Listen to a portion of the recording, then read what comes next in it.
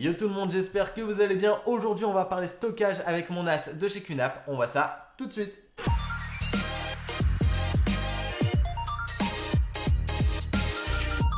Mon NAS c'est le TS251A de chez QNAP en modèle 4Go. Il existe aussi en modèle 2Go. Mais avant de continuer, je tiens à dire que c'est QNAP qui m'a fait parvenir ce NAS et Western Digital qui m'a fait parvenir les disques. J'étais complètement en PLS niveau stockage, du coup je les ai contactés, ils ont décidé de m'aider un peu, donc un énorme merci à eux. Le TS251A est un NAS 2B, niveau space on a 4Go de RAM, un dual core cadencé à 1,6 GHz.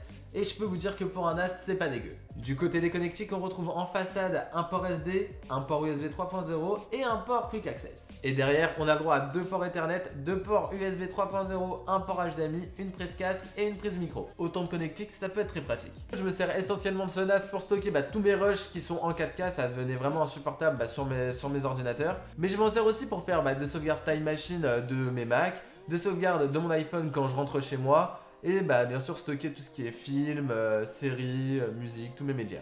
Niveau installation, c'est clairement un jeu d'enfant, c'est du plug and play. On branche le NAS au secteur, on le relie à notre routeur et il va commencer directement son installation matérielle. Et pour finir l'installation, vous n'avez plus qu'à télécharger QFinder sur le site de QNAP. C'est vraiment un jeu d'enfant. Il n'y a rien à redire sur l'interface web du NAS, il est possible via un store d'ajouter pas mal d'applications dont Plex, Chrome, Skype, d'avoir un aperçu de l'état de santé du NAS et des disques et de gérer les différents utilisateurs et les droits de chacun sans aucune difficulté. En plus de ça, on peut récupérer tous nos fichiers via un cloud, c'est plutôt pratique quand on n'est pas chez soi ou qu'on veut partager tout simplement un fichier assez rapidement. Pour ceux qui ne savent pas trop à quoi sert un NAS, c'est tout simplement un gros serveur avec un processeur, de la RAM et une ou plusieurs baies de disques pour y insérer tout simplement des disques durs. Un NAS peut servir à plusieurs choses, mais en général quand on s'oriente sur ce genre de produit, on cherche deux solutions spécifiques. Tout d'abord, un NAS va servir à sauvegarder ses fichiers, comme n'importe quelle solution de stockage, mais il va en plus permettre d'y accéder n'importe où à travers le monde grâce à internet. Et en plus, il permet de mettre en place des systèmes de sauvegarde de disques appelés des RAID. Il en existe plusieurs, du RAID 0, RAID 1 au même RAID 10. Mais je vais pas tous vous les énumérer ici. Dans mon cas, le TS251A est un modèle 2B, du coup je pourrais mettre en place seulement un RAID 1. Pour faire simple, chacun de mes deux disques va garder la moitié de son support de stockage total pour sauvegarder une image de l'autre disque. Voilà. En gros, si l'un des disques pète, il y a toujours le deuxième disque qui prend le relais et du coup je peux accéder toujours à toutes mes données sans aucune perte. Il existe aussi le RAID 5 qu'on peut mettre en place à partir de 3 disques qui va nous permettre du coup par redondance de copier une partie de chaque disque dur et de ne pas perdre 50% de stockage total de nos disques. J'espère que vous suivez. Ce genre de sauvegarde est idéal parce que si l'un de mes disques lâche tout simplement et que je ne suis pas chez moi, je pourrais toujours accéder à mes fichiers. Mais bon, une fois que vous rentrez, pensez à changer le disque quand même. Mais pour une totale sécurité, ce que je fais et ce que je vous conseille de faire aussi, c'est tout simplement de sauvegarder vos fichiers les plus importants sur un cloud type Google Drive ou Dropbox, histoire que même s'il arrive, je sais pas, le moindre problème chez vous et qu'aucun de vos disques ne marche, vous n'avez pas tout perdu quand même. On sait jamais. Concernant les disques durs, je me suis tout simplement orienté sur la meilleure gamme de disques durs pour NAS. C'est le Western Digital Red en modèle 8 Tera. C'est clairement pas les plus rapides, mais c'est pas ce que je cherche. Moi, ce que je veux, c'est du stockage.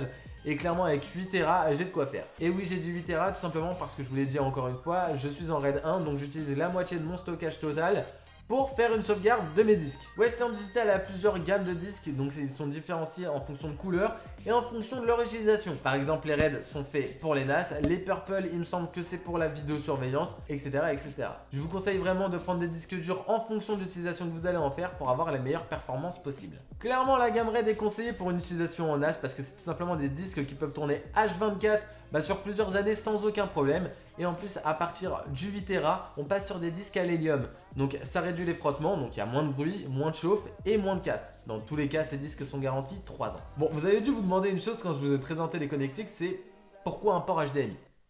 Et c'est tout simplement parce que le TS251A est aussi un serveur multimédia. Ça veut dire qu'une fois relié en HDMI à sa télé, on va pouvoir lire sa musique, ses films ou n'importe quel autre fichier multimédia. Bon, normalement, il y a une télécommande qui est fournie avec, elle ressemble à ça.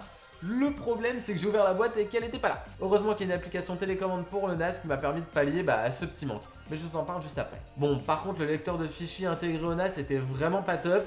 Du coup, je suis allé sur le manager et j'ai tout simplement installé Plex. Pour ceux qui connaissent pas Plex, c'est tout simplement un lecteur multimédia déjà qui est super beau. Donc il ajoute automatiquement les vignettes, les différentes informations de nos films ou de nos séries. Et en plus de ça, Plex a un gros avantage. Si par exemple je commence un film ou une série dans mon salon, et que je commence à avoir un petit coup de barre et que je veux le finir dans mon lit, j'ai juste à allumer mon ordi, lancer Plex et il reprendra exactement au même endroit. C'est vraiment un kiff.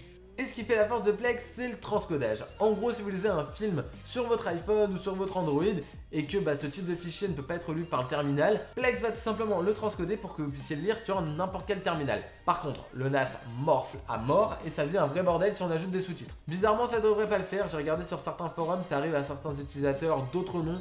Je pense que c'est un problème de config que j'ai mal fait, il faut que je regarde ça de plus près. Si je reste un peu plus longtemps sur Plex, c'est tout simplement parce que c'est une superbe solution de serveur multimédia et que c'est pas tous les NAS qui peuvent le faire tourner. Donc un très bon point pour ce NAS. Et pour finir, QNAP a mis en place un lot d'applications plutôt utile pour accéder et contrôler en fait nos fichiers à distance sur son smartphone. Comme par exemple une télécommande pour contrôler le centre multimédia du NAS, gérer nos fichiers ou nos téléchargements ou encore les lire à distance. Et le plus ouf avec cette fonction, c'est tout simplement que le NAS va faire du transcodage à la volée. C'est en gros ce que fait Netflix. Le NAS va adapter votre film pour qu'il soit lu sur n'importe quel terminal, il va adapter la définition, le débit pour qu'il tourne sans aucun problème. Par contre, encore une fois, le NAS morfle à mort, vaut mieux pas essayer de l'utiliser pour une autre tâche. Bon, par contre, j'aurais vraiment adoré une seule application qui fait tout ça plutôt que autant d'applications qui prennent tout un dossier dans mon iPhone. Clairement, pour moi, le TS251A est parfait pour l'instant. Mais je pense que d'ici un an et demi, je passerai peut-être sur un 4B parce que je pense que mes besoins auront évolué. Mais bon, un 2B c'est parfait pour commencer si c'est votre premier NAS. Vous avez juste à le blinder niveau stockage et ça sera parfait. Et bon, plus il y a de baies, plus c'est cher. C'est tout pour cette petite review du TS251A. J'espère vraiment que cette vidéo vous a plu. Comme d'habitude, si c'est le cas, n'hésitez pas à lâcher un gros pouce bleu, à vous abonner à la chaîne si ce n'est pas encore fait, à me suivre sur mes différents réseaux sociaux qui sont dans la description. Et moi, je vous dis à très vite pour une nouvelle vidéo. Des bisous!